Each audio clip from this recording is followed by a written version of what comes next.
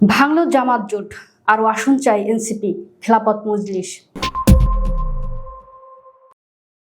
শেষ পর্যন্ত রক্ষা হলো না জামাত ইসলামী নেতৃত্বাধীন 11 দলীয় নির্বাচনী জোটের।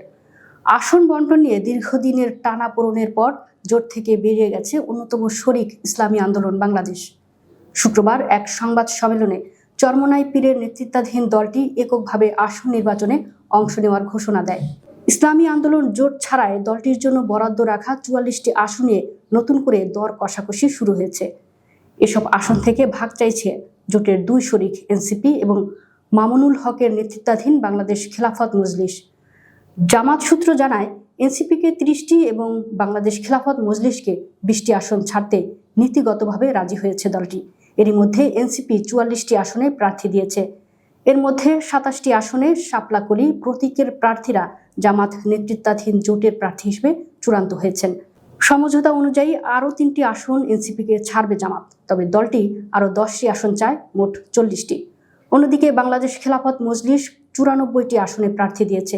এর মধ্যে 16টি আসনে রিকশা প্রতীকের প্রার্থীরা জোটের প্রার্থী হিসেবে চূড়ান্ত হয়েছেন। প্রাথমিক সমঝোতা অনুযায়ী দলটিকে আরও 2টি আসন ছাড়তে সম্মত হয়েছে জামাত। এছাড়াও 2টি আসন উন্মুক্ত রাখার সিদ্ধান্ত হয়েছিল। তবে মামুনুল হকের দল রিকশা প্রতীকে আরও 5টি আসনে নির্বাচন করতে আগ্রহী। উল্লেখ্য, সংখ্যানুপাতিক পদ্ধতিতে নির্বাচন, জুলাই সনদের পূর্ণাঙ্গ বাস্তবায়নের আগে গণভোট সহ 5 দফা দাবিতে একসঙ্গে এসেছিল জামাত, ইসলামী আন্দোলন, বাংলাদেশ খেলাফত মজলিস সহ 8টি দল। পরে তারা জোটবদ্ধ নির্বাচনের সিদ্ধান্ত নেয়। গত বছরের ডিসেম্বরের শেষ সপ্তাহে এই জোটে যোগ দেয় জুলাই গণঅভ্যুত্থানের নেতাদের দল এনসিপি, কর্নেল অবসরপ্রাপ্ত অলি আহমেদ বীর বিক্রমের নেতৃত্বাধীন এলডিপি এবং একসময় আদর্শিক দ্বন্দ্বের জামাত ছাড়ানো নেতাদের দল এলডিপি। এতে পুরনো শরিকদের আসন ভাগ কমে যায় এবং চরমোনাই পীরের সঙ্গে জামাতের বিরোধ তীব্র আকার ধারণ করে। চরমোনাই পীরের ইসলামী আন্দোলন প্রথমে 70টি আসন দাবি করলেও শেষ পর্যন্ত 50টি আসনে নেমে আসে। জামাত 44টি আসন ছাড়তে রাজি হলেও পছন্দের ও অগ্রাধিকারের তালিকায় আসন না পাওয়ায় দলটি জোট থেকে ত্যাগ করে। ইসলামী আন্দোলন সূত্রের খবর, হাত পাখাকে আসন ছাড়তে কার্পণ্য করলেও জামাত অগ্রাধিকার দিয়েছে এনসিপিকে। ইসলামী আন্দোলনের চাওয়া পিরোজপুর 3 সহ কয়েকটি আসন এনসিপিকে ছাড়ে জামাত। চরমোনাই পীরের দলের আপত্তি কানে তোলেননি। ইসলামী আন্দোলনের জন্য রাখা 44 আসনে জামাত প্রার্থী দিতে চাইছে, তবে দলটি জোট ছাড়ার পর এনসিপি বলছে এখান থেকে তাদের ভাগ দিতে হবে।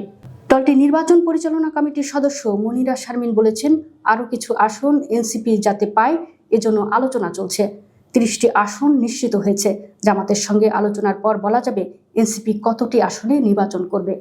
বাংলাদেশ খেলাফত মজলিসের যুগ্ম মহাসচিব আতাউল্লাহ আমিন বলেছেন, ইসলামী আন্দোলন জোটে থাকা অবস্থায় সমঝোতা হয়েছিল রিকশা প্রতীকে 20 জন প্রার্থী নির্বাচন করবেন, বাকিরা জোটের সমর্থনে প্রার্থিতা প্রত্যাহার করবেন। বাংলাদেশ খেলাফত মজলিস অন্তত 25 আসনে নির্বাচন করতে চেয়েছিল। ইসলামী আন্দোলন জোটে না থাকায় কিছু আসন খালি হয়েছে। এর কয়েকটিতে অবশ্যই বাংলাদেশ খেলাফত মজলিস নির্বাচন করবে।